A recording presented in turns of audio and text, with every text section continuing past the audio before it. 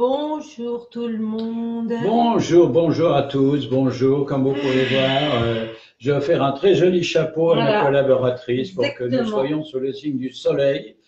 Et des comme vacances. elle pense un peu trop et qu'elle a trop de choses à faire, je me suis dit que pour éviter que sa tête explose, il fallait lui donner la contenir dans quelque chose, voilà. Contenir un petit peu. Voilà. Et j'ai choisi un chapeau exactement à sa taille. Elle est trop mignonne avec son chapeau. Hein. Je ne sais pas ce que vous en pensez, mais n'hésitez pas à le lui dire. Ou alors à lui dire, merde, qu'est-ce que t'es moche.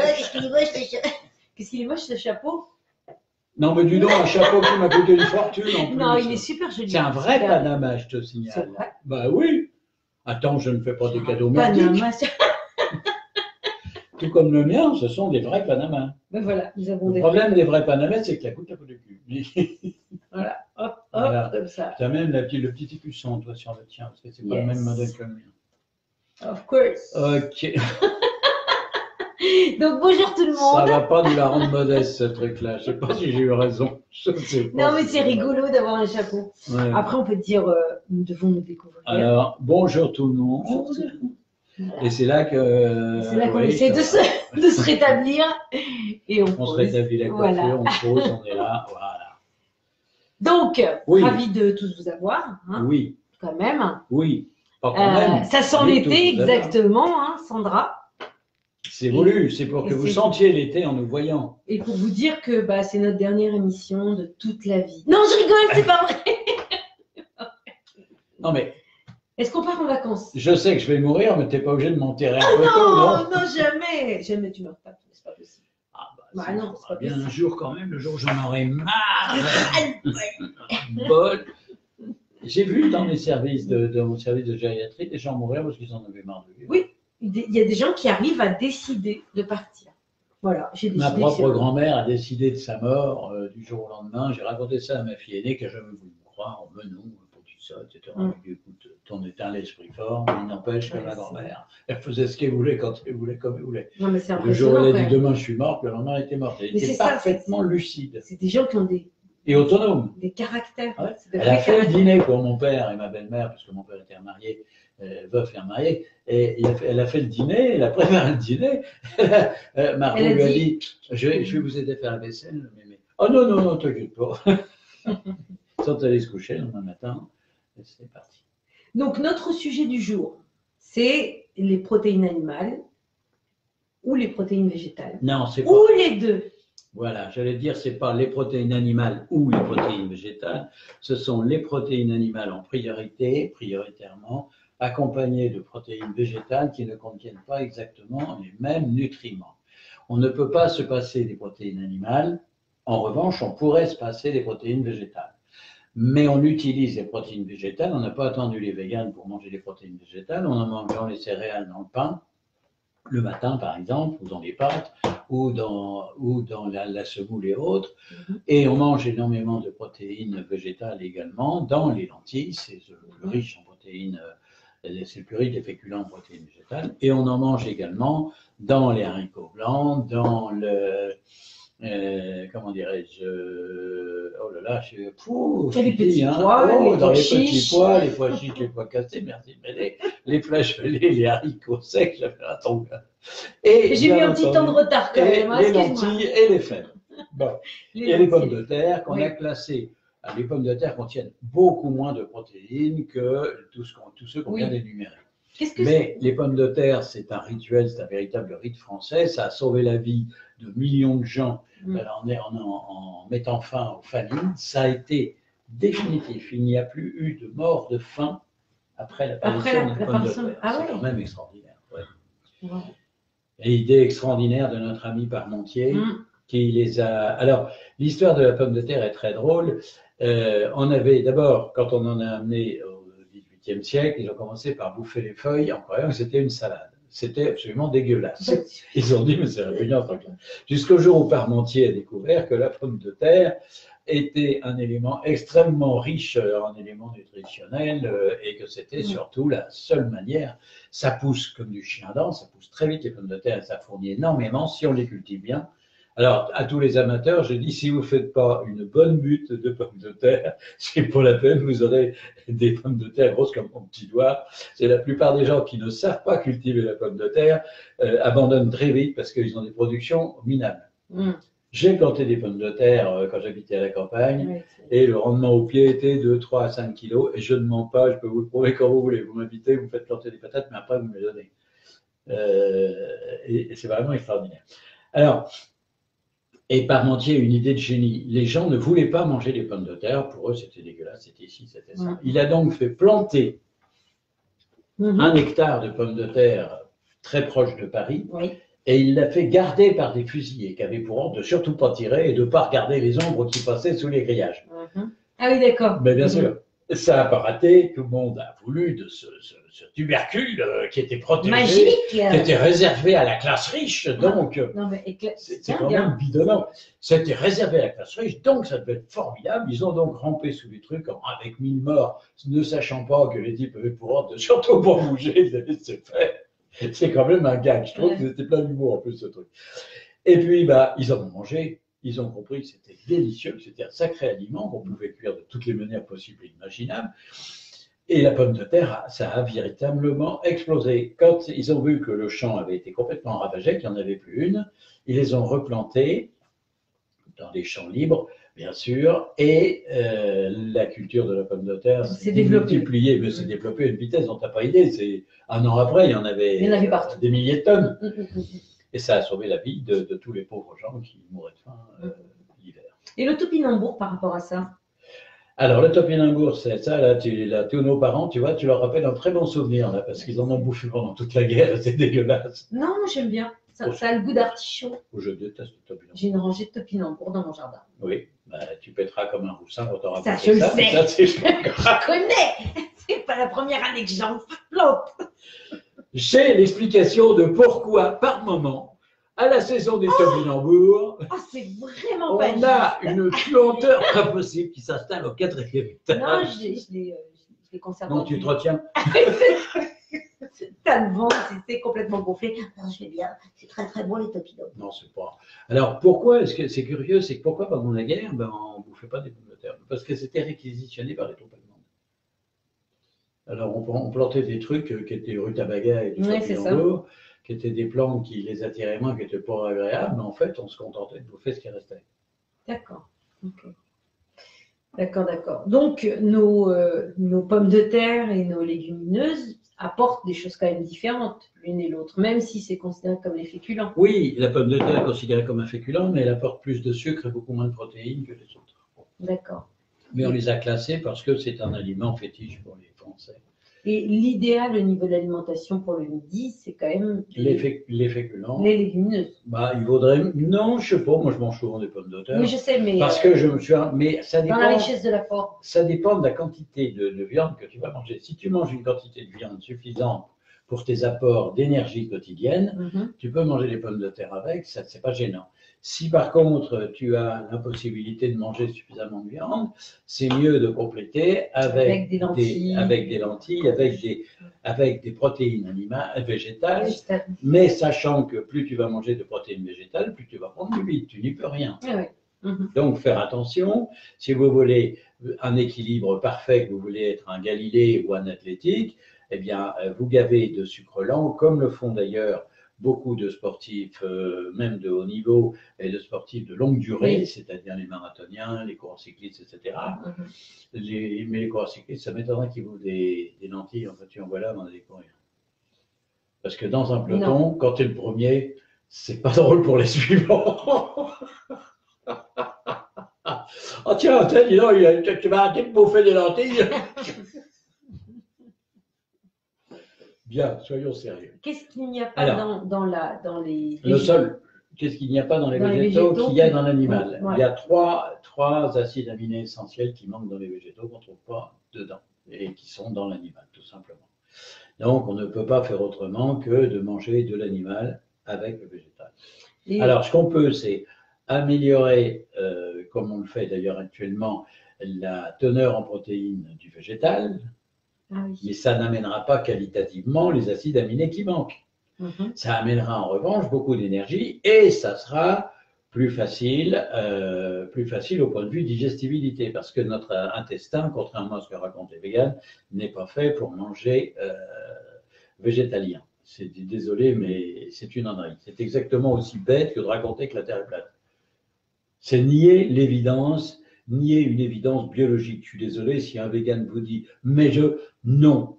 C'est faux, c'est prouvé depuis des centaines d'années. On sait très bien que l'organisme humain actuel est fait pour manger des protéines en priorité et des protéines animales avant les protéines végétales. Alors vous allez me dire pourquoi vous avez dit actuel. Parce qu'au cours de millions d'années, l'être humain a été végétalien, il est devenu végétal, alors il est devenu carnivore complètement, et ensuite il est devenu omnivore.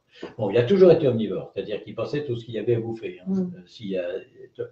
C'est pour ça que les femmes, à l'époque de la préhistoire, ont des hanches généreuses alors que les hommes ont des hanches minces. On a parlé de forme gynoïde, de forme masculine, c'est complètement stupide. Si vous regardez dans la rue comment sont les gamins maintenant, vous avez des garçons à forme gynoïde et des nanas à forme masculine, tout simplement. Bon, en partie d'ailleurs à cause de la modification des mœurs, à cause de les femmes qui se veulent masculines, les hommes qui se veulent féminins, eh bien, ils prennent des formes. Alors, ce n'est pas un hasard, c'est simplement qu'un homme qui se met à manger comme une femme va avoir des formes de femme. Une femme qui se met à manger comme un homme va avoir des formes d'homme. Ça ne veut pas dire qu'on est forcément homosexuel. Hein. Tu penses qu'il y a une alimentation masculine, une alimentation et une façon de Il y avait une alimentation masculine et féminine. Ah, il n'y a plus en ce moment. Actuellement, il n'y a pratiquement plus d'aliments féminines et masculines. On le voit dans la rue, on le voit partout.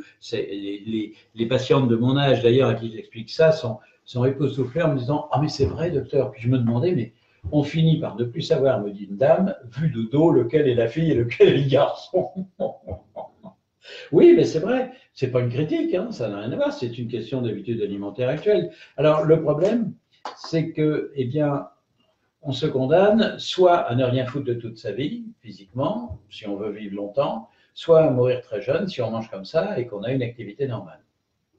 Ne prenez pas l'exemple d'Okinawa et d'autres régions du monde où une grande philosophie veut qu'on ne foute rien de la sainte journée, qu'on aille juste aller chercher de quoi manger, et ensuite de réfléchir. Ce n'est pas une façon de vivre forcément désagréable. Moi, je n'aimerais pas parce que je suis actif, tout comme toi, je ne te vois pas du tout rester derrière dans ton fauteuil.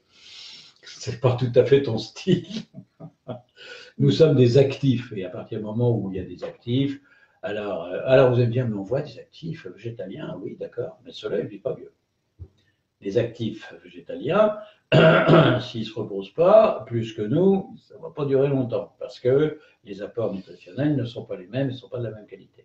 Y a des gens mais chacun choisit sa vie. S'il y a des gens qui insistent et qui veulent vraiment être en équilibre physique, mais ne pas manger de protéines animales, ça implique quoi au niveau des protéines végétales? Ils peuvent pas. Qu'ils ont une activité. Ils peuvent être en équilibre. Ils peuvent être en équilibre d'apport nutritionnel, voilà, mais ils ne seront pas en équilibre esthétique. Je peux te le garantir. Il n'y a de végétariens heureux que gros. On ne peut pas faire autrement. Alors tout simplement parce que, vous allez me dire, mais on peut très bien créer des protéines animales, enlever toute la part de sucre, toute l'énorme part de protéines, de lipides qu'il y a, de glucides, il y a des glucides dans la viande, il y en a très peu, il y a énormément de glucides dans tous les éléments que nous venons d'énumérer, que ce soit les céréales ou les herbacées comme le riz ou le quinoa, il y en a encore plus, ou les féculents. Mais on peut très bien réduire la part du sucre lent et faire un aliment qui va être protéiné. Là, le seul problème, je vais vous l'expliquer, je vous le dis, c'est amener en même temps, apporter une part suffisante d'acides aminés animaux dans lesquels il y aura exactement les 3 composants qui manquent. Alors vous allez me dire, on peut à ce moment-là les extraire de la viande, et puis je ne vois pas l'intérêt. Oui, c'est vrai. Je ne vois pas l'intérêt. On ne peut pas les synthétiser. D'un point de vue. Non, on ne peut pas dire. Non, il y avait l'urette qu'on l'aurait fait. Tu penses bien que Nestlé et autres, il y avait l'urette qu'ils auraient sorti leur viande synthétique et que des millions de gens se boufferaient ce truc-là. Bon, heureusement, pour l'avenir de l'être humain, ils n'ont pas pu. Parce que ça serait dramatique. C'est que la Terre ne serait plus ce qu'elle est actuellement. Elle est déjà transformée considérablement. Elle a déjà perdu un tiers de sa population d'insectes, moustiques, coléoptères, machin, etc. Vous allez me dire, on s'en fout, le moustique, ça pique. Oui, mais il y a des animaux, il y a des animaux intéressants. Les carabes, les scarabées sont des croque-morts. Oui. Ils vont donc débarrasser la terre de tous les déchets. Les vers de terre sont extrêmement utiles et l'agriculture intensive a détruit les 3/4 de la population des vers. Si bien qu'on est obligé d'utiliser plusieurs moyens mécaniques, on est obligé, non pas forcément de produits chimiques, mais même mécaniquement, il faut qu'on gratte pour aérer la terre parce que les vers ne sont plus là pour le faire. Entre autres. Entre autres, parce que on est en train de bousiller la planète et on le sait. On rend stérile la Terre. Voilà. Alors, on la rend stérile, mais il y a une très bonne nouvelle. C'est qu'on peut la remettre en haute. C'est extraordinaire. Ah. La permaculture permet de remettre au top. Enfin, s'il n'y a plus les insectes pour faire ça, comment... Et on peut récupérer des variétés d'insectes qui vont. La terre est bonne fille. La terre, je parle du monde. La terre, notre terre est une bonne fille. Elle est extraordinaire. Si on arrête les conneries, elle se remet immédiatement en place. Il y a un moment donné où il n'y aura plus de. Elle meurt. Notre organisme est exactement pareil. Le pancréas n'est pas mort, contrairement à ce que certains diabétologues nous racontent. Je ne sais pas s'ils en sont certains, mais très, très sincèrement, ça va très malin s'ils le croient. Il est simplement en repos complet et nous avons constaté qu'en remangeant correctement et en arrêtant de gaver d'insuline les gens, on avait des résultats extraordinaires et le pancréas se remet à fonctionner. Il reste bien sûr beaucoup plus fragile quand il s'agit d'un diabète insulino-dépendant, mais s'il s'agit d'un diabète fonctionnel, j'ai la bonne nouvelle à vous donner. Vous qui avez un diabète fonctionnel, il disparaît définitivement. Bien entendu, si vous ne recommencez pas vos bêtises, ça, on n'y peut rien. Et oui. Voilà ma petite chérie. Je suis sérieux aujourd'hui. Hein, très sérieux, et puis bon, c'est très intéressant. Ah, merci. L'histoire de la pomme de terre, moi, je ne connaissais pas. C'est très marrant l'histoire de la pomme de terre, mais j'adore la petite histoire. On va se faire bien sûr une petite histoire de chaque aliment. Il n'y a pas que ça, il y a des trucs très marrants, si tu veux, enfin, si on peut dire. Je suis sûre que tu as vu d'autres. Sais-tu, comment il s'appelait déjà le type qui a créé le 9 Thermidor, comment il s'appelait, qui était un assassin de première, à qui on a coupé la tête à son tour. D'ailleurs, il avait coupé la tête de pas mal de gens, on lui a coupé. Et s'il s'est fait choper, c'est parce que ce jour-là, il pleuvait. Et ses copains n'étaient pas là. Donc, ils ont pu le choper et l'assassiner gaillardement. Je ne sais pas qui c'est. Si, un révolutionnaire connu. Tiens, je suis sûr que...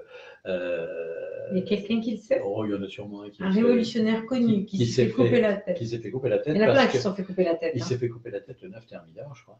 Parce que ce jour-là, il pleuvait et ses troupes n'étaient pas autour de la baraque. Parce que c'était des factions. Vous prenez la Révolution française pour quelque chose de magnifique, ça a été une horreur. Ça a été une ordure, ça a été dégueulasse, ça a été immonde. On a abouti, Dieu merci, à une démocratie, mais je peux vous dire que les 10 premières années, ça a été tout ce qu'on voudra, sauf une démocratie. Ça a été abominable. Ils ont surtout tué des centaines de milliers de gens, ce qui correspond au même massacre qu'Hitler a pu faire. Et au même massacre que les Russes ont pu faire, parce que ce qui compte, c'est la proportion des populations. Ils ont quand même zigouillé, je crois, 10 ou 15%. Je te demande si c'est Robespierre dont tu parles. Robespierre, bravo, bonne réponse. C'est Robespierre. Bien. Okay. À mon âge, quelquefois, on perd un peu la mémoire. Il y a Françoise qui pose une question. Oui. Revenons à la nutrition. Oui. Mais l'histoire est très intéressante. Parce qu'en fait, on la raconte. S'il n'avait pas plu, il ne serait pas mort comme ça. Et il y a Françoise qui dit, à chaque fois que je mange le midi, j'ai le ventre qui gonfle. C'est normal, ça. Alors, quand on a ça, c'est parce que vous avez une difficulté. Je rigole parce que c'est la preuve absolue que s'il y a quelqu'un qui ne doit pas manger végétarien, c'est bien vous. Parce que dès que vous mangez végétarien, ça gonfle. Ça n'est jamais la viande qui fait gonfler l'estomac, ce sont les féculents que vous mangez. Alors, conseil d'amis, quand vous avez soit des flatulences après le repas, ou longtemps, hein, ça passe le lendemain sur le lendemain, ou si vous avez un ballonnement dès que le repas est fini, mixez vos féculents, n'en mangez pas trop d'abord, mixez-les, vous les digérez 10 fois mieux et votre ventre ne gonflera pas. Parce que là, elle a fait ça avec les pommes de terre. Et elle dit que même avec des pommes de terre, c'est une trop grosse quantité. Peut-être. Donc, mangez-les plutôt en purée. Mais si vous les mangez en frites ou en pommes sautées, il se peut que ça soit un petit peu plus difficile à digérer, surtout si elles sont faites, si les pommes de terre à l'huile, par exemple, vous avez l'huile quand même avec.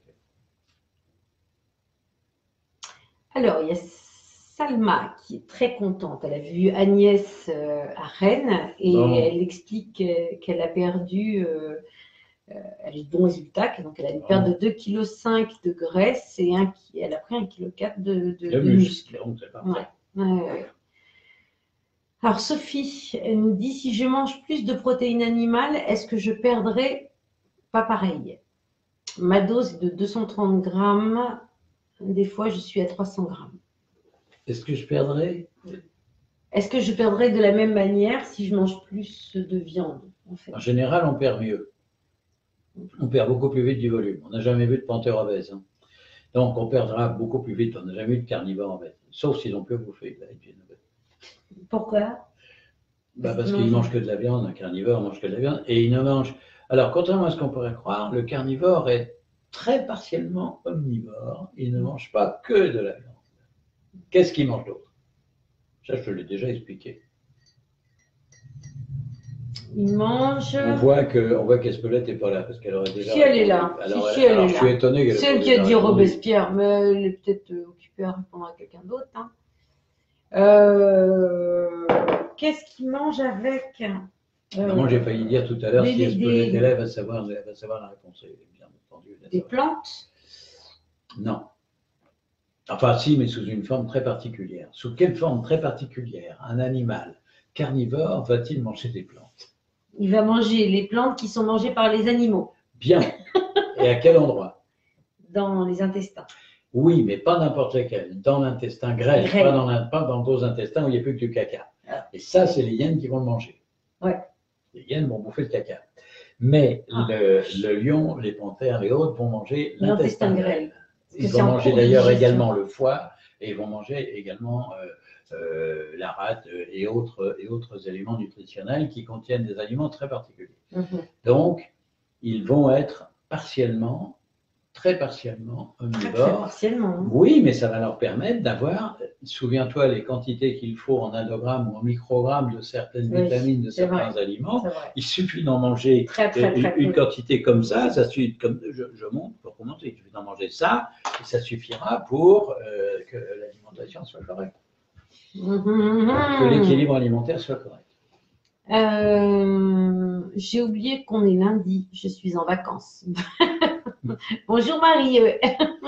Je ne suis pas en vacances, moi, je travaille cet après-midi. Comment faire de la chrono un mode de vie? Tenir sur le long terme, mais très difficile. Avez-vous des astuces? C'est un peu difficile de vous répondre. Enfin, ça m'est facile ou difficile. Ce qui est facile de vous dire, c'est que ça fait 35 ans que je mange comme ça, puis je mangerai autrement pour rien au monde. D'abord parce que je sais que ça m'a sauvé la vie et que si je cesse de manger comme ça, je vais abréger mon existence. Alors, comme j'arrive pas loin des octogénaires, comme je l'expliquais tout à l'heure à un monsieur, je lui ai dit qu'il a des très gros soucis de santé. On va peut-être l'avoir comme correspondant par Skype. D'accord. Je t'en ai parlé, tu trouveras la réponse. J'ai regardé mes courriers. Tu as dû passer dessus. Je t'ai dit, je te l'ai envoyé, qu'il faudrait lui proposer un Skype à ce monsieur et un programme. Je lui ai dit déjà d'aller sur les programmes, les fiches conseils. Et d'autre part, je vais voir si dans sa région, il n'y a pas une chronoteuse ou un chronoteur, ou enfin un chronocoach ou une chronocoach pour participer à son pilotage. Il a une pathologie très lourde, mais qui est très bien soignée, et il est manifestement charmant. Donc, ce sera un monsieur extrêmement intéressant. Et je lui ai dit qu'il me ramenait dans mon territoire de gérontologie, que j'en étais ravi, parce que c'est toujours quand même le point principal de mon métier, la gériatrie. Bonjour des Cévennes de Françoise. Donc. Bonjour la Françoise des Cévennes. Bonjour à vous de Janine. Bonjour Janine.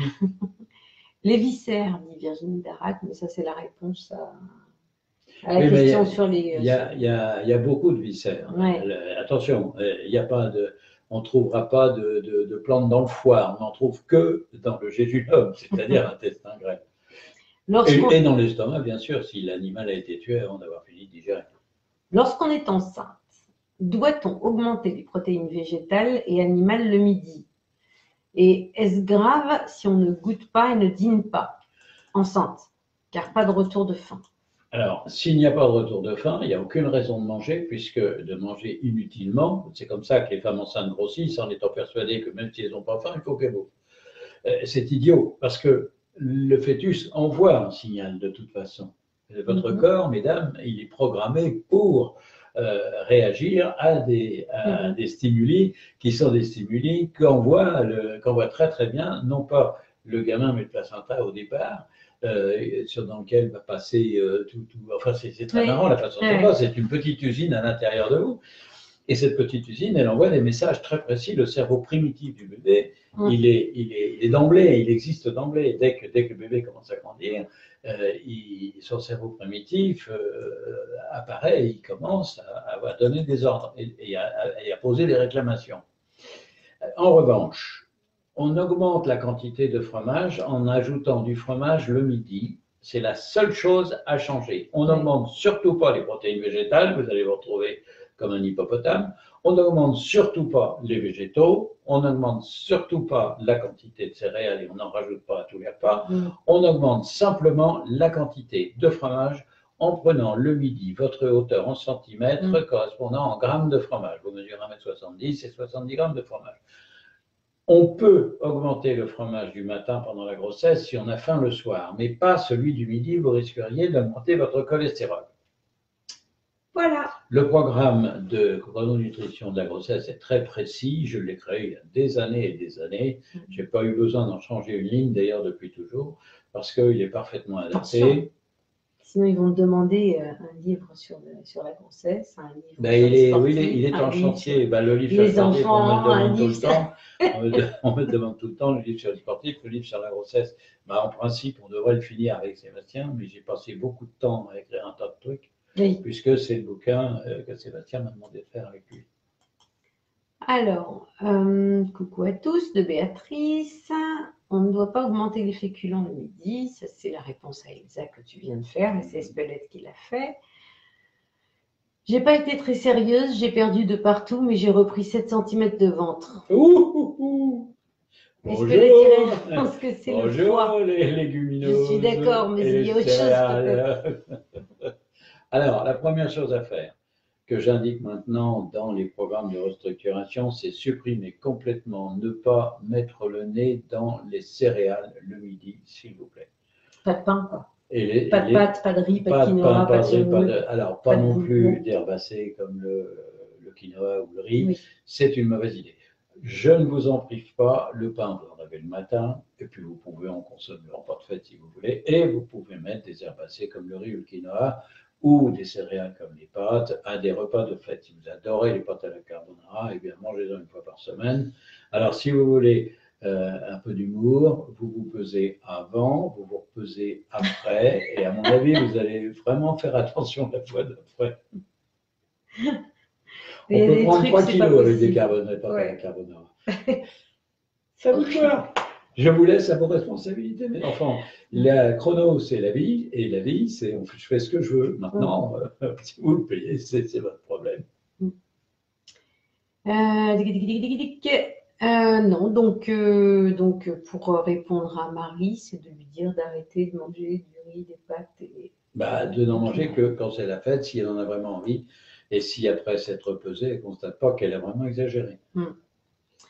Je suis seule à la maison aussi à pratiquer la chrono. Je choisis les restos le midi. C'est simple, entrecôte frites par exemple, et le soir du poisson pour moi. Tout à fait. C'est pas compliqué du tout. La volonté et tout, c'est dans la tête. Ça, c'est Aurélie qui répond à Steph, qui disait c'est difficile pour moi de maintenir une chrono, etc. Et Aurélie dit qu'elle est toute seule à manger. Oui. Et pourtant, elle y arrive. Et ça prouve qu'elle a beaucoup de volonté, c'est-à-dire qu'elle a dit je mange comme de. La volonté, c'est pas consister à manger ce qu'elle a besoin de manger, c'est de dire vous me foutez la paix, je mange ce que je veux. Ouais. C'est ce que j'ai fait dans ma propre famille. Non, c'est très facile. C'est ce que j'ai fait dans ma propre famille pendant quelques mois. J'ai même laissé mon épouse manger comme elle en avait envie jusqu'à la ménopause. Et à la ménopause, j'ai commencé à me marrer parce que là, elle est venue à la chrono.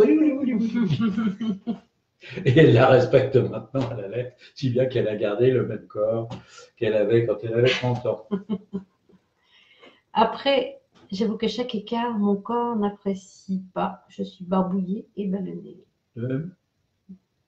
Qu'est-ce qu'elle dit? Golène qui dit j'avoue qu'à chaque écart, mon corps n'apprécie pas. Ah ben oui, non mais c'est normal. Si vous avez reprogrammé vos systèmes d'alerte. Vous avez remis en marche les systèmes d'alerte, c'est-à-dire que plus votre corps arrive à un équilibre qui lui plaît, moins il a envie de s'en aller de cet équilibre. Ça prouve que vous mangez bien chrono. Et à partir du moment où vous mangez bien chrono, vous avez des systèmes d'alerte qui se mettent en place. Et dès que vous commencez à moins bien manger, votre corps se trouve moins bien. Et puis vous le faites savoir quelquefois de façon un peu brutale. Excusez-moi, docteur. Je ne sais pas ce qu'elle nous tape là en ce moment. C'est une petite dame qui demande après sa fiche chrono. Je dis que je lui rentre cet après-midi. Oui, elle est faite. Elle est faite. Alors, écoute-moi bien, je ne les ai pas envoyés directement, je te les ai envoyés et tu as peut-être vu le message. C'est parce que je voudrais que tu les fasses rentrer dans le système pour qu'on puisse plus facilement les retraiter. D'accord. Ça nous fait gagner un quart d'heure. Oui, je peux les. C'est pour ça que je les ai envoyés, les trois. Oui. J'intègre. Je t'ai noté, je t'ai noté. Alors, surtout par pitié, mets-moi le titre. Parce que quand tu ne me le mets pas, je te maudis à chaque fois. Je le mets à chaque fois. Mais non, tu le mets en haut. Mais je m'en fous que tu le mettes en haut. Tu ne le mets pas avant. Ah oui, je pensais que tu mais ça ne sert à rien quand tu le mets en haut. Pardon. Non, en haut, je m'en fous. Non. Tu le sélectionnes. Bien sûr, mais tu me fais perdre du temps. Il faut que je prenne le temps de sélectionner. Et tu ne peux pas le mettre sur le message. On va pas parler de notre technique. Oui, c'est ça. Ouais, il cause toujours. Oui, on ne va pas parler de notre technique. Ouais. Mais il faut que vous sachiez quand même que là, on vient de passer un week-end merveilleux. J'ai travaillé 12 heures pendant le week-end sur les fiches et les programmes. Alors vous allez me dire, mais docteur, fallait perdre la semaine. Ouais, d'accord, quand j'ai 12 heures de consultation, si je mets 12 heures de programme, ça fait 24 heures. Et au bout de 12 heures où je travaille, j'en ai une à la maison qui commence à pousser des cris d'orfèvre, comme disait l'autre. Les orfèvres. Oui, les orfèvres. Surtout quand ils fabriquent les bagues. Oui. Dirons-nous orfraie?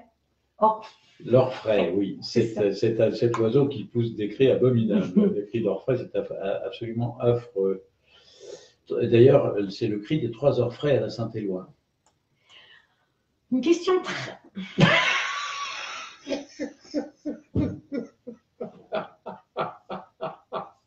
J'étais en train de dire, je t'écoutais même pas. Et après, ça a fait du... J'étais très déçu. Elle n'a pas entendu ou elle ne connaît pas la chanson. Les 3 orfraie à la Saint-Éloi. Virginie Chabot qui demande, qui nous dit déjà bonjour Doc. Bonjour Virginie.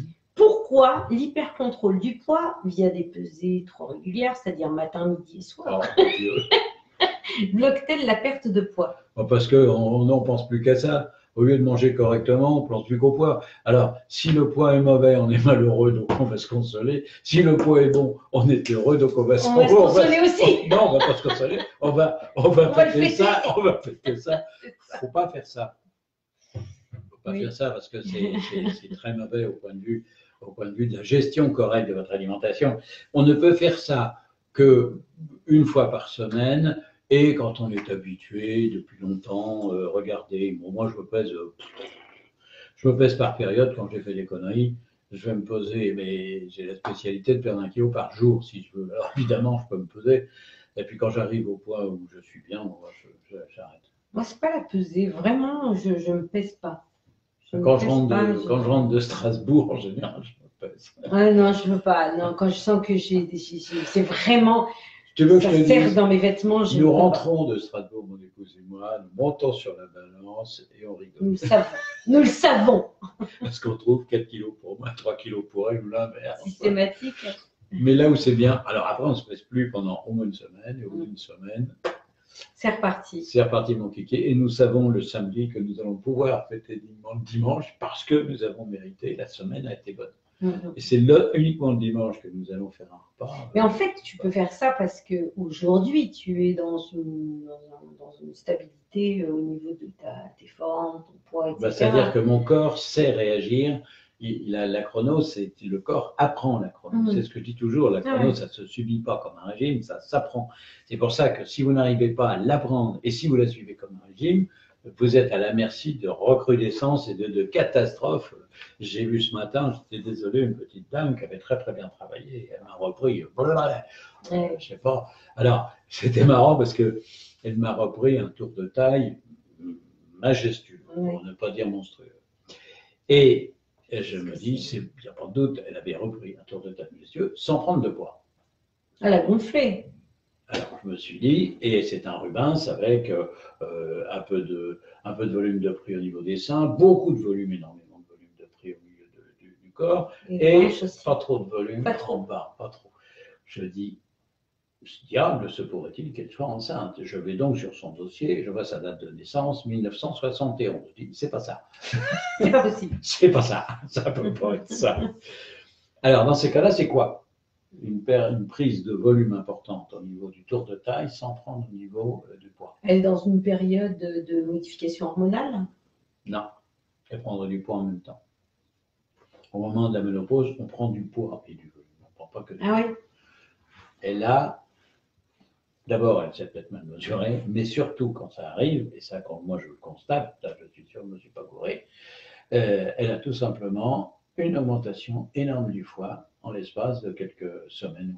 Les hanches et la taille. Alors, dans ces cas-là, chez les hommes, c'est souvent un apéro tous les soirs. Ça, c'est pas une bonne idée. Chez certaines femmes, c'est pas l'apéro, c'est le petit verre de rosé qui est meurtrier. Mais très souvent, chez les femmes surtout, c'est ce putain de chocolat qu'on se bouffe à tous les goûters et qui provoque des catastrophes chez la plupart des gens. J'ai remarqué que dans un de mes programmes de conseil, j'ai laissé 30 grammes de chocolat au choix. Et ça, c'est la dernière des blagues, parce que vous êtes tous comme et toutes comme des sales gamins. Si on vous dit c'est au choix et que vous avez le choix de prendre du chocolat, vous allez me bouffer du chocolat tous les soirs, ce qui est idiot. Il ne faut pas manger ces aliments-là tout le temps. C'est comme quelqu'un qui se prend un petit bol de cacahuètes tous les soirs. Je crois bien que le pot de cacahuètes, il est pire encore que le Ricard qui va avec. Avec la bière. Ou avec la bière. La bière, c'est encore pire. C'est le pire du pire.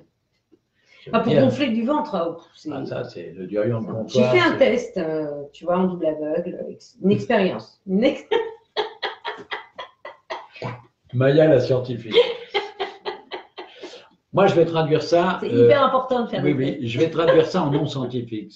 J'ai fait la connerie de me taper de la bière tous les jours pendant un bon bout de temps et je me suis aperçu que mon bide commençait à prendre du volume. Donc, j'ai arrêté de boire de la bière. Je crois que là. C'est une expérience, non? Oui, bien sûr. Non, mais... C'est l'expérimentation. J'ai un esprit très scientifique. De terrain. Je me donne pour le public. Elle a surtout un terrain propice. Elle se donne, oui, c'est ça, oui, bien sûr. Elle se donne le droit de faire n'importe quoi. Enfin, quoi, j'ai mis.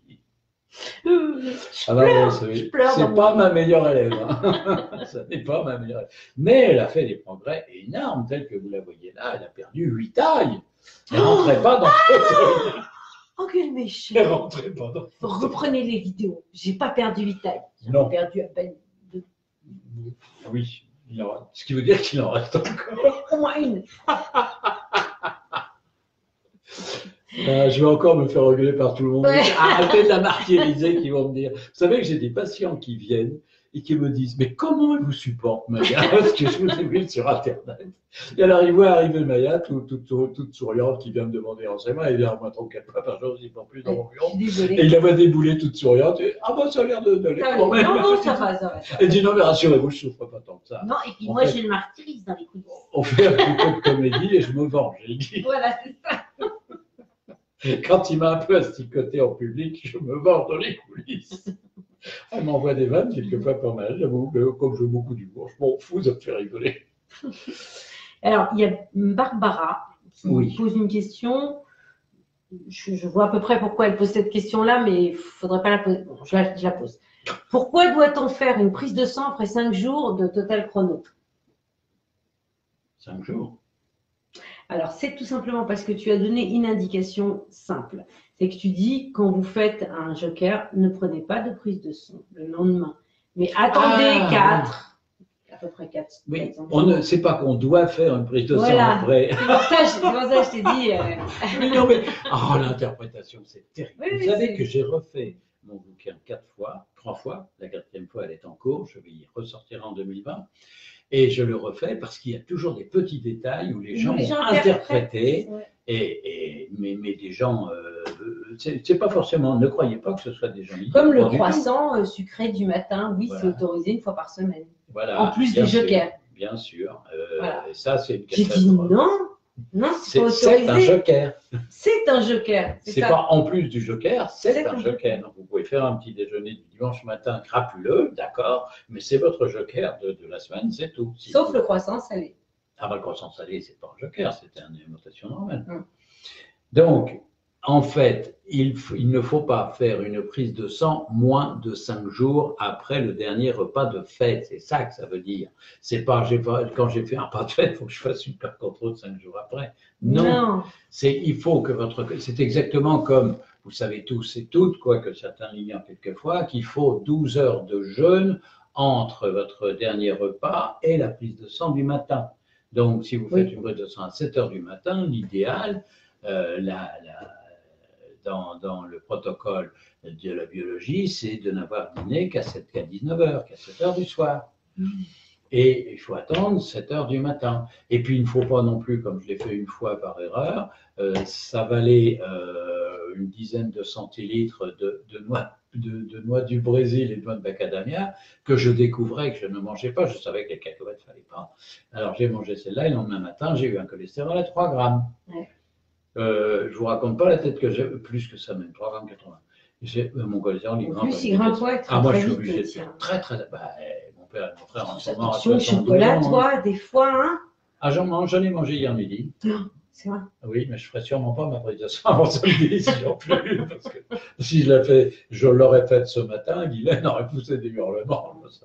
J'avais plus le droit de toucher au chocolat. Voilà, tu prends du chocolat, tu en prends conscience, tu sais que tu as un cholestérol génétique, le cholestérol augmente, qu'est-ce que ça peut te provoquer?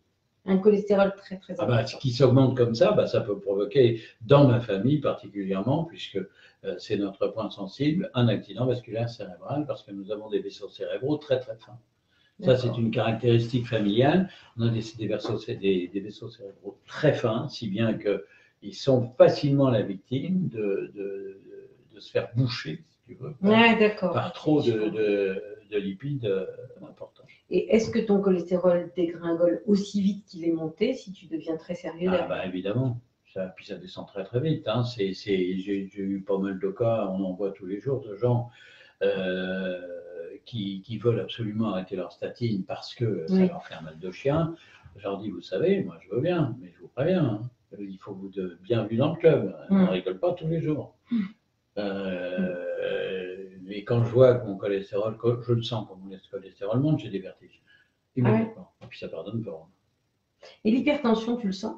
J'ai une tension à 11, alors je peux pour la sentir, ma tension. Non, mais est-ce que les gens peuvent sentir quand l'hypertension augmente? Ils ont mal à la tête. Ouais. Ils ont mal à la tête, ils ont la tête lourde, ils ont mal à la tête. Moi, ça m'a jamais. J'ai jamais eu mal à la tête, je touche du bois, ou alors très très rarement. Oui. Dans ce cas-là, je prends un aspirine et puis ça passe. Oui, on y va. Oh non.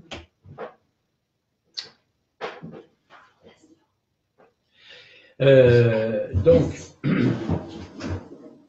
je fais extrêmement. On finit pas tout de suite, on reste encore 1 heure. Quoi, 1 heure? Tu déconnes, 1h30, ça va pas. On descend à 1/4 d'heure. Comment dirais-je? Quand tu me posais la question ça nous a un peu perturbé. On a une collaboratrice qui est passée. On était à l'hypertension. Non, alors l'hypertension. Bon, l'hypertension, on s'en rend compte justement avec une sensation de chaleur, une sensation désagréable, le cœur qui tape si c'est une hypertension à peau rapide, des sensations d'avoir trop chaud parce que l'hypertension pousse le sang beaucoup plus, donc la mécanique s'affole un peu. Et mal à la tête, bien sûr, puis quelquefois des signes, qui avertissent qu'on a un petit incident vasculaire, qu'il va y avoir des problèmes, un peu mal à la poitrine, mal dans le bras, toujours en principe mal du côté du bras, mais ça peut aussi être mal de l'autre côté, ce qui est assez curieux, parce que non, mais le réseau des vaisseaux, il est très complexe. On peut très bien avoir mal à la mâchoire, mal dans les dents, on peut très bien avoir mal à la tête. On peut avoir aussi une sensation de malaise important qui n'a rien à voir avec le sucre. Enfin bref, les malaises d'hypertension, ils sont très variables et ils peuvent être confondus avec des problèmes purement cardiaques. On peut avoir des problèmes cardiaques, cardiovasculaires ou vasculaires ou cérébraux. Donc ça dépend. Bon, la chance que j'ai personnellement, c'est d'avoir une tension qui se balade entre 11 et 13, et puis d'avoir un cœur qui bat à 52, 54. Hier matin, j'avais l'impression que j'avais le pouls rapide, mais il faisait chaud. Je mets mon téléphone sur la table, je branche le chronomètre, et là, ma femme s'affole parce qu'elle me voit regarder très sérieusement. Qu'est-ce qui t'arrive? Je dis, mais non, je prends mon pouls pour voir, j'ai l'impression qu'il est plus rapide que d'habitude. Il me dit, alors, il dit, il est à 58. Oh, il me dit, il est bien. Il dit, non, il est pas bien, d'habitude, il est à 52. Là, il est à 50 à peine. Ah oui? 52. Moi, je suis assis, je fous rien, tu vois, regarde, c'est pas dur, tac, tac, tac, tac, tac. C'est-à-dire moins d'une seconde, nettement moins d'une seconde. Mais t'es un pouls de nana, toi. C'est normal, les nanas, vous êtes à 70. C'est normal pour une femme d'avoir un pouls à 70. D'accord. Sauf si tu avais fait énormément de sport, et c'est une des raisons pour lesquelles j'ai le cœur assez lent. Oui. Et Guylaine, qui a fait beaucoup de sport, a un cœur qui est relativement lent, mais heureusement parce qu'elle a une hypertension familiale. On a vachement tous les cadeaux, ma chérie. Elle, c'est l'hypertension familiale, il faut qu'elle fasse très attention. Et moi, c'est l'hypercholestérolémie, chacun son truc. J'ai commencé, mais j'aimerais une réponse sur les bars. Sinon, je ne prendrai pas le risque d'en acheter. Merci pour votre réponse. C'est pas risqué, hein. C'est pas risqué de prendre tes bars. J'adore le risque. Qu'est-ce que vous voulez savoir? Dis-moi tout, Maya. Il n'y a pas de question à proprement parler. Elle dit bonjour à vous deux. Je m'appelle Françoise Bousquet. Manotte. J'ai commencé, mais j'aimerais une réponse sur les bars. À quelle réponse? Sinon, je ne prendrai pas le risque de les acheter. Merci pour votre réponse. Excusez-moi si je suis hors sujet. Non, c'est pour être hors sujet que de poser des questions sur les barres de protéines, sachant que ce sont des barres de protéines de lait, ou si vous préférez des barres de protéines de fromage, puisque ce sont les mêmes protéines. Oui. On a enlevé tout le reste du fromage, il n'y a plus que la protéine. Alors, il y a bien sûr sûrement des conservateurs, il y a tout ce qui est malheureusement obligatoire dans l'industrie alimentaire, c'est-à-dire, curieusement, au cas où vous ne le sauriez pas, un traiteur a l'interdiction absolue de mettre quoi que ce soit dans ses aliments, mais les industriels ont l'interdiction absolue de ne pas mettre dans leurs aliments des conservateurs, des anti-agrégants, des anti-machins, des anti... Ils sont obligés, tu veux dire. Ils sont obligés. Ouais. Ils sont obligés. La loi les oblige, c'est une question de précaution. Oui. Sinon, l'aliment, un aliment, c'est pas fait pour se conserver. Le réfrigérateur, on sait très bien que c'est 8 jours grand maximum, et ça dépend des aliments. Et en plus, il faut que ces aliments aient été cuits et refroidis avant ou qu'ils soient très frais. On va acheter quelque chose de frais. Le congélateur permet de conserver certains aliments pendant des années ou des mois, ça dépend de l'aliment aussi. 6 mois, ça dépend, oui. Entre 6 mois et 2 ans, je crois. Entre 6 mois et 2 ans, mais il faut savoir que la durée des 6 mois et 2 ans, c'est que certains aliments deviennent dégueulasses s'ils dépassent la limite, mais ils sont toujours consommables. La viande, je crois, 6 mois, maxi ou un truc comme ça, non? De toute façon, ça partait tellement vite. Et il m'est arrivé à la campagne, on avait 900 litres de congélation. Je peux te dire qu'on avait du gibier qu'on conservait quelquefois 2 ans. Ah ouais. Il n'y a pas de problème. De toute façon, c'est conservé. Tout dépend à quelle température vous montez la congélation aussi. On était à au moins moins 18. Il ne faut pas descendre. À moins 18, on est tranquille. On sait que ça va aller. On peut descendre à plus que ça si on veut. Ça conservera la viande. Je suis à moins 7 sur mon congélateur. Moins 7 Non, c'est pas beaucoup ça. Ah si, c'est bien. Bah non, c'est pas une température de congélation. Moi, c'est moins 18. Je vais regarder ce qui se passe. Bah, ça bouffe du coup, ça coûte cher. Mais avec les congélateurs neufs, on a moins de problèmes. Mais ouais, mais moi, ça va pas plus. plus bas. J'ai essayé de le. Alors, si vous faites très attention, parce qu'il fait comme ça, faites très attention pendant un congélo professionnel. Est-ce que l'huile d'olive est en illimité le matin ou il y a un maximum? Quelle est votre marque préférée, cher docteur Delaveau? Alors, j'ai pas de marque préférée, j'ai pas de marque préférée, très sincèrement, mais ce qu'il faut voir, ce qu'il faut regarder, c'est marrant ça. Dans le fauteuil, il y a, ah bah bravo, il y a une Desperados de coincée dans le fauteuil. Non, c'est pas à moi. Je vous fais témoin, je viens de trouver. Vas-y, c'est en bas, c'est en bas. C'est en bas. Non, c'est en bas, c'est plus bas, plus bas, plus bas. Vous voyez qu'il n'y a rien.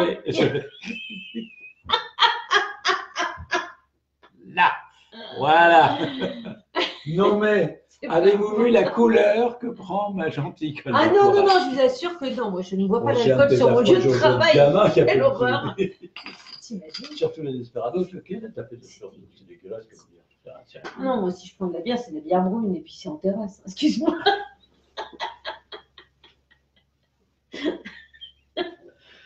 L'alcoolisme professionnel, ça s'appelle. Non, ça s'appelle savoir prendre du bon temps tranquillement en terrasse après une journée terrible à répondre aux desiderata du docteur Delaveau. Bon.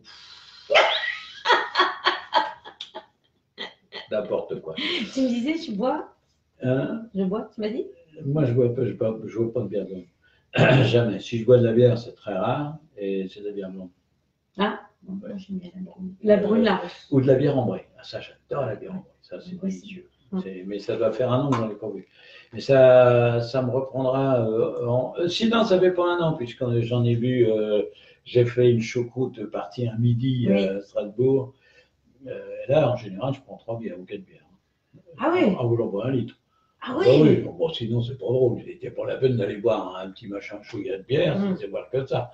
Mais après, j'en ai pour 1 an pour en boire. Oh, j'imagine. Ah non, ça va bien, ça va très très bien.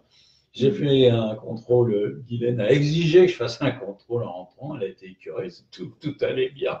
Je l'avais dû pisser toute ma bière. Donc, et c'est la seule blague que j'ai faite pendant le temps.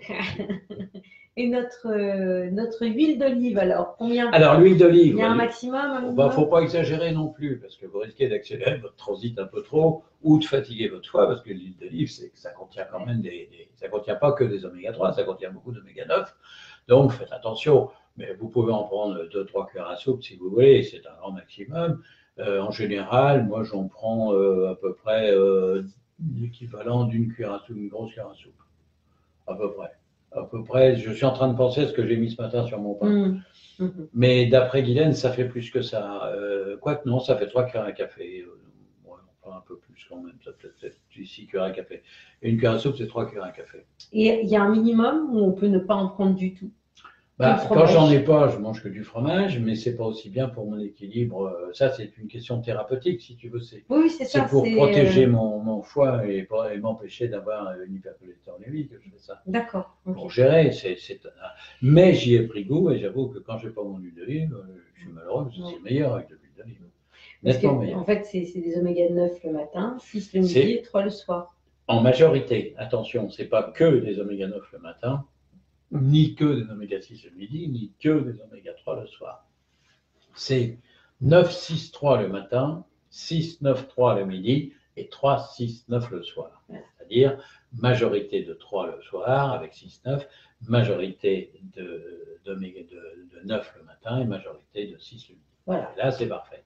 Ça respecte parfaitement le suivi biologique de votre... Et les besoins du corps. De votre métabolisation du cholestérol. Voilà. Alors, quelle huile? Une huile douce de préférence. Quand vous allez, c'est pas dur, allez chez un spécialiste en huile. Bon, au pire, vous pouvez aller, par exemple, mais méfiez-vous, les magasins bio ont d'excellentes huiles, mais quelquefois elles sont imbouffables tellement elles sont fortes, parce qu'elles n'ont pas été traitées du tout. Il faut une huile qui a été raffinée et qui soit douce. Alors, il y a des huiles italiennes absolument délicieuses, des huiles provençales qui sont délicieuses. Les meilleures huiles du monde, ce sont les huiles du Maghreb. Les huiles de ton pays d'origine, ce sont les meilleures du monde. Et parce que c'est sur les montagnes, c'est dans les Aurès, c'est d'ailleurs des petites olives, c'est pas des gros machins gros comme le pouce. C'est absolument somptueux, c'est la meilleure de toutes les huiles. ayant la chance d'avoir beaucoup d'internautes et beaucoup d'auditeurs sur Beurre FM, quand j'ai la chance d'en voir à ma consultation, il y en a beaucoup qui s'amènent en cadeau de bienvenue avec une bouteille d'huile des oreilles. Et là, je suis vachement content. Il m'a dit, ah, t'as encore un thé musulman qui est venu te boire. Je dis oui. Oui, et il pense à moi, ce qui me fait très plaisir. Qu'est-ce qu'il y a d'autre? C'est Barbara qui disait qu'on ne pouvait pas rester en total chrono pendant plus de 5 jours. Quoi? Je ne sais pas pourquoi. Bah, je vois pas. Alors, attention. Ça, c'est une affirmation extrêmement intéressante, qui est fausse. Merci, parce qu'on peut rester, moi je reste chrono toute l'année, sauf le repas de fête, et là je me lâche. Mais le repas de fête en soi peut d'ailleurs être chrono, simplement. Si vous faites par exemple un repas de fête du soir, que vous prenez en entrée un peu de foie gras de canard, que vous prenez ensuite un plateau de fruits de mer et que vous terminez par une salade de gésier, en salade, une salade de gésier de canard, vous êtes parfaitement chrono. Là où ça devient un repas de fête, c'est quand vous ajoutez le gewürztraminer ou le jurançon ou autre vin. C'est là où ça va moins bien. Non, c'est pas que ça va moins bien, c'est un repas de fête. Et que vous terminez ce somptueux repas par un dessert. Alors là, évidemment, c'est un repas de fête. Alors vous allez me dire, mais vous ne le faites pas? Non. Donc le repas de fête fait partie de la chrono. C'est rarissime que je prenne un dessert à la fin d'un repas de fête, sauf si je suis invité chez ma belle-fille, qui me fait des tiramisu. Ce tiramisu, c'est une catastrophe pour moi. Alors, j'en mange un petit peu. Au chocolat. Et puis je mets sur mes genoux une de mes petites filles en lui disant, tiens, tu t'en veux. Et puis, elle me termine le tiramisu. Elle le fait quand même plus au chocolat, mais de toute façon, le tiramisu, c'est une vraie catastrophe pour moi. Il y a Sam qui dit... Et puis, je n'aime pas trop, finalement. T'aimes pas? C'est trop... J'aime bien le tiramisu frais. Ouais, c'est grave, mais c'est ce qu'elle fait. Elle fait. Ah, mais il paraît qu'ils sont délicieux. Guylaine m'a dit, mais qu'est-ce qu'ils sont bons? Je dis, bah oui, bah, ça va, t'as pas de cholestérol, tu peux faire ce que tu veux. On m'a décelé une cystéatose non alcoolique. Une cystéatose non alcoolique, c'est archi fréquent, ça. C'est archi fréquent. La stéatose hépatique, c'est présent dans 70% des monastiques. 70% des monastiques et 50% des rubens ont une stéatose hépatique. Certains mayas ont également une stéatose hépatique et une grosse majorité de Camillo ont une stéatose hépatique. Donc ça n'a rien d'étonnant, c'est archi fréquent. C'est très souvent, Dieu merci, non alcoolique, mais c'est tout aussi dangereux parce que qu'elle soit alcoolique ou pas, c'est une stéatose. Ah, ne soyez pas rassurés quand on vous dit ma stéatose n'est pas alcoolique. Ben oui, mais ce qui est dangereux, c'est pas l'alcool est dangereux bien sûr, mais c'est la stéatose qui l'a provoquée qui est dangereuse. Et si quoi que ce soit d'autre provoque une stéatose, c'est tout aussi dangereux. Donc faites très attention, sachant que les stéatoses non alcooliques sont liées à une beaucoup trop, et là ça va m'amuser, j'aime bien on va dire ça, à une beaucoup trop grosse consommation de sucre lent contenu dans les végétaux, dans les céréales notamment, et surtout dans les féculents. Donc dans la semoule, par exemple. Dans la semoule, dans les haricots secs, dans les haricots blancs, dans tout ce que vous voudrez. Donc, si on est végétalien et heureux, c'est qu'on a mangé beaucoup de ces trucs-là, mais on risque de ne pas être très heureux quand on va faire sa prise de sang et qu'on va constater que le cholestérol se trimballe à des valeurs qui deviennent dangereuses. Il veut une fiche, il demande s'il l'aura pour vendredi, parce qu'il part vendredi. Ah oui. En vacances. Vous l'avez demandé aujourd'hui? Si vous la demandez aujourd'hui, il n'y a pas de problème. Je vous la fais dans la journée, dans la soirée, et puis vous l'aurez demain, il n'y a pas de souci. Alors, Mario demande si les vertiges qu'elle avait pouvaient être dus à son cholestérol trop élevé. Bien sûr, évidemment. C'est pas si ça peut, ça vient de ça, bien sûr. Et je vais vous dire, Mario, si vous avez une rechute de vertige, commencez par vérifier votre cholestérol pour être sûr que ce n'est pas lui qui a monté. Il y a 9 chances sur 10 pour que ça soit ça. Moi, quand j'ai eu une poussée de vertige, je sais très bien. J'avais mangé une fois un énorme dessert au chocolat pendant que mon épouse avait le dos tourné, parce que mon associé était là pour la première fois. Elle avait préparé, je lui avais dit, il est très gourmand, elle avait préparé trois terrines à dessert. Bien de dessert au chocolat, 2 pour lui et 1 pour elle. Moi, j'y avais pas droit, bien sûr. Elle m'avait mis une terrine de fruits. Bon, et puis, quand ma femme a eu le dos tourné pour chercher un truc avec lui, puis j'ai récupéré la terrine, je l'ai bouffée tout à l'heure. Et mon jeune associé était hilar. Là où il n'a pas été hilar, c'est quand le lendemain, il s'est aperçu que j'avais des vertiges abominables et que je faisais les quatre coins de mon dos. J'étais parfaitement lucide, hein. Mais j'avais vraiment, et au début, il s'est dit, c'est pas vrai, il est pété. Il avait dîné avec nous, il avait bien vu que je ne bois pas d'alcool. Donc, il s'était dit, il n'y a pas de doute, c'est pas ça. Comme il est musulman, il n'avait pas bu non plus, donc ça ne m'obligeait pas à sortir une bouteille. C'est bien que j'étais à l'abri de toute tentation. Et il dit, c'est pas ça. Il me dit, mais qu'est-ce qui vous arrive? Il me voyait encore à l'époque. Qu'est-ce qui vous arrive? Oh, je lui dis, non, c'est rien. Il dit, mais attendez, vous savez ce que vous avez là? Je lui dis, oui, je sais très bien ce que j'ai. Et il me dit, mais c'est quoi? En moi-même, il m'énerve, je vais me faire. Bon, je vais lui avouer. Allez, je lui dis, c'est le dessert au chocolat que j'ai mangé hier pendant que ma femme a le dos tourné. J'ai une hypercholestérolémie carabinée qui se déclenche dès que je fais une erreur alimentaire. Et la pire de toutes, c'est de manger du chocolat. Retenez ça. La pire erreur de tout quand vous avez une hypercholestérolémie, c'est de manger du chocolat. Et qu'il soit noir ne change rien. C'est pas plus dangereux de manger du chocolat blanc, du chocolat au lait, du chocolat comme vous le voulez. C'est le cacao qui est hyper dangereux. Donc, à bon entendeur, salut. J'ai pas de cholestérol. Et là, ça n'a pas raté. Je me suis fait engueuler gentiment, mais fermement, sans m'étendre. Mais je vous prenais pour un garçon raisonnable, un homme raisonnable, etc. Mais etc. Tu dis, bon, ça va, hein, ça va. Ça va, gamin. Voilà, c'est un peu ça que je lui dis. Dans 2 jours, on n'en parlera plus. Oh bon, je lui dis, oui, l'avantage de manger chrono, c'est que là, je vais manger chrono normalement. Je vais faire attention. Je n'ai pas besoin de faire attention. Je fais mon programme alimentaire, c'est un programme anti-cholestérol. Ah, mais vous n'en avez pas encore parlé. Je dis, oh merde, il va falloir que je fasse ça aussi. Donc, j'ai appris alors, tous les programmes. Maintenant, il connaît par cœur les uns les autres. Mais à l'époque, il venait d'arriver. Hein, il était tout jeune, arrivant. Mais il m'a tiré les oreilles, quelque chose de bien. Tu m'étonnes. Tu te rappelles? Il a quand même eu la gentillesse de ne pas le dire à ma femme. Tu me dis, oh non, surtout tu me dis pas, parce que là, je vais me faire voir. Il dit, d'accord, mais que je ne vous retrouve pas en train d'avoir des vertiges comme ça. Hein. La question de tout à l'heure, la personne qui dit, je ne sais pas si je peux consommer les bars, j'aimerais avoir une réponse avant. Alors, elle demande... En fait, c'est Spelette qui me dit qu'elle veut savoir si elle peut prendre des bars, si elle peut en consommer parce qu'elle est allergique au soja. Elle ne doit pas consommer de soja, voilà, et il y a de la lécithine de soja dedans. Ah, alors, est-ce que vous êtes allergique au soja, c'est-à-dire à la plante elle-même, ou à la lécithine de soja? Parce que la lécithine de soja, ça veut dire que c'est le corps gras du soja. Si vous voulez, c'est comme, est-ce que je suis allergique aux olives ou à l'huile d'olive? Oui. Ça a l'air idiot, mais c'est très particulier parce que c'est vrai. Est-ce que je suis allergique? Alors, ça, malheureusement, je ne peux pas vous répondre. D'accord. Faudrait que vous fassiez tester. Tu peux ne pas manger d'olive, mais tu peux consommer de l'huile, par exemple. Par exemple, parce que tu peux très bien avoir des... mon épouse, à une époque, c'est marrant parce que son allergie a disparu. Elle était totalement allergique aux amandes. Alors, c'est quand même curieux. Et aux noisettes. Et alors, j'ai fait goûter, j'ai dit, écoute, on va quand même faire un test, tu vas manger une amande émondée, puisque pour la cuisine, on a toujours des amandes émondées, c'est-à-dire débarrassées de leur peau. Mange l'amande, pas de problème. J'ai dit, augmente, prends 5 centilitres. J'étais prêt à la pire extrémité, j'avais préparé la polaramine et tout le machin pour aller lui faire une piqûre sous-cutanée. Ça disparaît immédiatement. J'avais donc judicié pour mes précautions. Aucun signe, rien. En fait, c'est la peau de l'amande, mais ça, je le savais, c'est pour ça que je vais faire. Mais je lui ai dit, méfie-toi des noix, parce que ça va être pareil. Et elle a voulu goûter une noix une fois, elle avait oublié ce que je lui avais dit. Oh bien, elle s'est rendu compte qu'il ne valait mieux pas assister. Donc, vous pouvez, ce serait une chance pour vous, ne pas être allergique aux lécithines de soja. Mais il est évident que si vous êtes allergique, alors faites-vous tester pour les lécithines de soja, pas le soja plante. La lécithine de soja.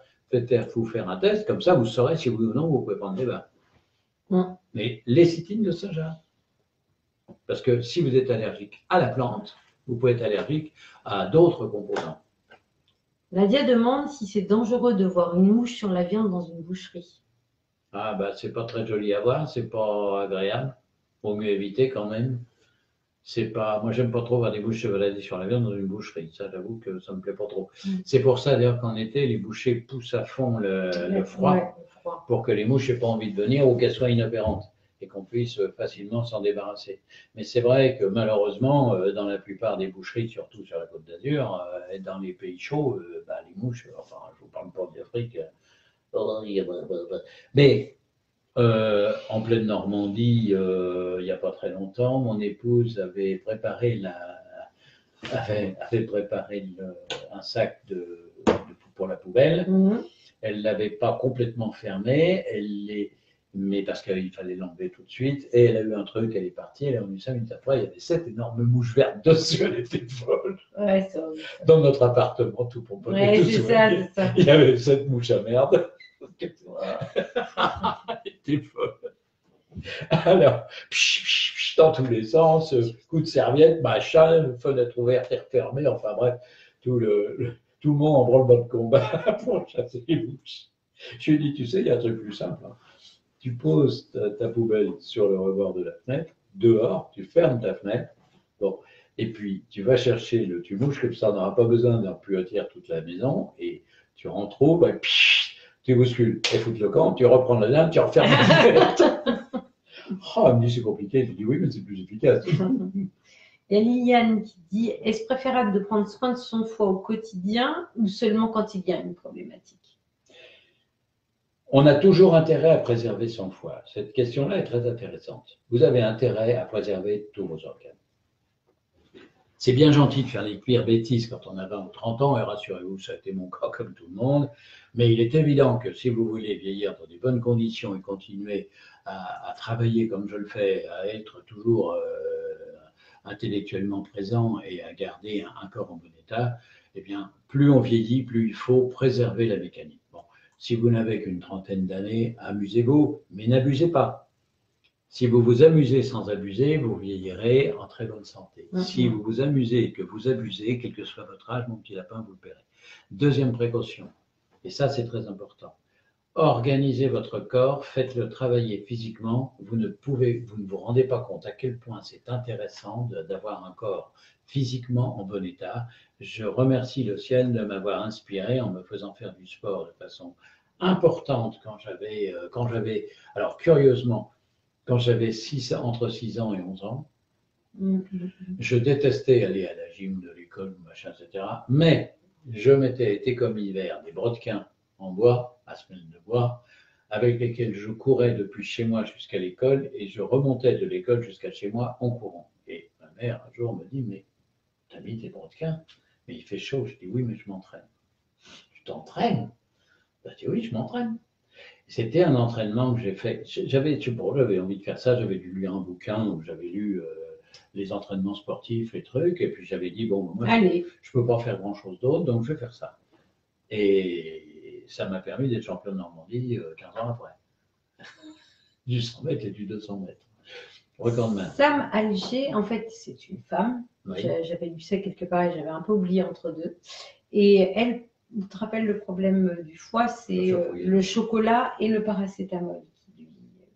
Ah bah oui, ça, les deux sont deux poisons violents, ça, malheureusement. Tous les alcools, c'est pareil. Hein. Et la bière, c'est redoutable. La bière, c'est un des plus gros facteurs de... Ah bon? On voit plus de cirrhose à la bière qu'à l'alcool. Et contrairement à ce qu'on pourrait croire, l'alcool le plus redoutable et qui tue le plus, c'est le vin. C'est le vin. Brassens est mort jeune d'une cirrhose alcoolique, mais au vin, Brassens, oui, Georges Brassens est mort de ça, il est mort d'une cirrhose alcoolique, mais par le vin, et tous les grands buveurs de vin dans les grands acteurs, il y en a beaucoup, on n'en sait rien, et puis je ne vais pas vous les énumérer, ça gâcherait leur image, moi je trouve que c'est idiot. Non, mais de toute façon, je vais vous dire, c'est pas, je suis désolé pour eux, mais c'est un choix, c'est une vie. Le pire, c'est Gérard Philippe qui est mort à 37 ans d'une cirrhose au vin. 37 ans? Ouais, 37 ou 40, je sais pas où il était. Très jeune. Qu'est-ce qu'il devait boire? Parce qu'il faut en boire quand même. Il en buvait 3 ou 4 litres par jour, certainement, mais j'en sais rien. Mais j'ai eu un prof que j'aimais beaucoup, de biologie, il était prof non pas de biologie, d'autre chose. Enfin, un prof de médecine qui était un type délicieusement gentil, qui a pris l'habitude de boire de la bière en service militaire, qui est rentré et qui en était à deux canettes, pas deux canettes, de cubis. Non, c'était pas des cubis à l'époque, c'était, tu sais, des trucs en bois. Là. À deux caisses. De 2 caisses. Il en était à 2 caisses de bière par jour, c'est-à-dire qu'il en était à 24 bouteilles par jour. Oh, vache. Il est mort à 39 ans. C'est vraiment du gâchis. Il ne pouvait plus s'empêcher, il n'y avait rien à faire. Ouais. L'addiction à la bière, il paraît que c'est redoutable. C'est vrai que quand on boit une bière, j'en bois pas 10, mais j'en bois facilement 4.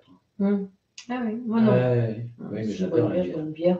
Et Guylaine ne boit non plus jamais. Guylaine qui n'a pas de problème. Mon épouse qui n'a jamais eu de problème de foie, à part son hépatite C, heureusement qu'elle c'est pas mis à boire de la bière, mais adore la bière et n'en boit jamais.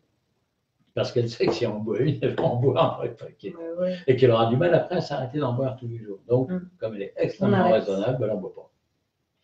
On va vous quitter, mes enfants, parce que dans 5 minutes. La dernière. Oui, mais dans 2 minutes, il ferme la boutique. Alors, on est coincé. Allez.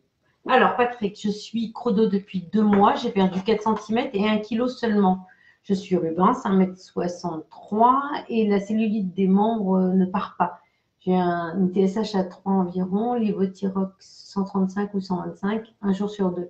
Je me décourage, que faire pour activer le processus? 135. En fait, c'est Catherine, c'est une femme. Pardon. Oui, 135 ou 125? 125, je pense. Ce ne serait pas 135. Mais non, ce n'est pas 135, mais c'est 150 ou 125. Alors, conseil d'amis, ne faites pas le yo-yo comme le font faire certains endocrinos, pas tous, je vous rassure, parce que ça, c'est vraiment idiot. Il faut prendre la même dose tous les jours. Donc, si votre dose minimale, c'est 125, vous ajoutez 12,5, c'est-à-dire que vous prenez un demi-comprimé de 25, ça vous en fera prendre 142,5 et vous aurez une dose qui vous permettra et qui permettra à votre spécialiste de savoir s'il peut l'augmenter encore un peu ou s'il faut qu'il la diminue encore un peu. Mais elle la prend une fois tous les 2 jours, cette dose-là. Mais ça ne sert à rien. Elle fait tantôt une dose à 125, tantôt une dose à 150. Ah oui. Non, on ne prend pas tous les 2 jours du 120. Alors, ça serait complètement stupide. Les médicaments pour l'hypothyroïdie n'agissent que pendant 24 heures maximum. Donc, il faut absolument en prendre tous les jours. Mais regarde, elle dit j'ai une TSH à 3 environ et le Levothyrox 135 ou 125, un jour sur 2. Mais non, si un jour 135, un jour 125. Ah, d'accord, ok. Parce qu'on ne peut pas. On peut prendre du Crestor, par exemple, une statine un jour sur 2, mais on ne peut pas prendre. Enfin, on peut toujours faire des conneries. C'est stupide. Surtout qu'on a besoin d'un apport. Bien évidemment. D'accord, j'ai mal compris. Les hormones thyroïdiennes, elles sont fugaces. Alors, si tu n'en prends pas régulièrement tous les matins, la même dose. Donc, prenez la dose moyenne entre le maxi et le mini. Je ne sais pas si c'est 135. Ça m'étonnerait que ce soit 175, parce qu'alors là, je serais un petit peu étonné. Mais si c'est entre 125 et 150, eh bien, vous prenez 142,5, ce qui fait la demi-dose de 25, pardon, 137,5. 137,5, qui fait la demi-dose. C'est-à-dire un demi-comprimé de 50 avec la dose la plus basse. Et là, vous êtes sûr d'avoir un truc équilibré. On s'en va, on se sauve, mes enfants, je vous adore, mais je ne tiens pas à ce qu'on me ferme la porte du restaurant. Bon appétit pour nous. Bon appétit pour ceux qui n'ont pas mangé. Au revoir. J'ai commencé à 6h ce matin, je te signale. J'ai commencé à 4h30 ce matin. Ah bah heureusement, seulement moi j'ai travaillé hier, tandis que toi, tu n'as rien foutu.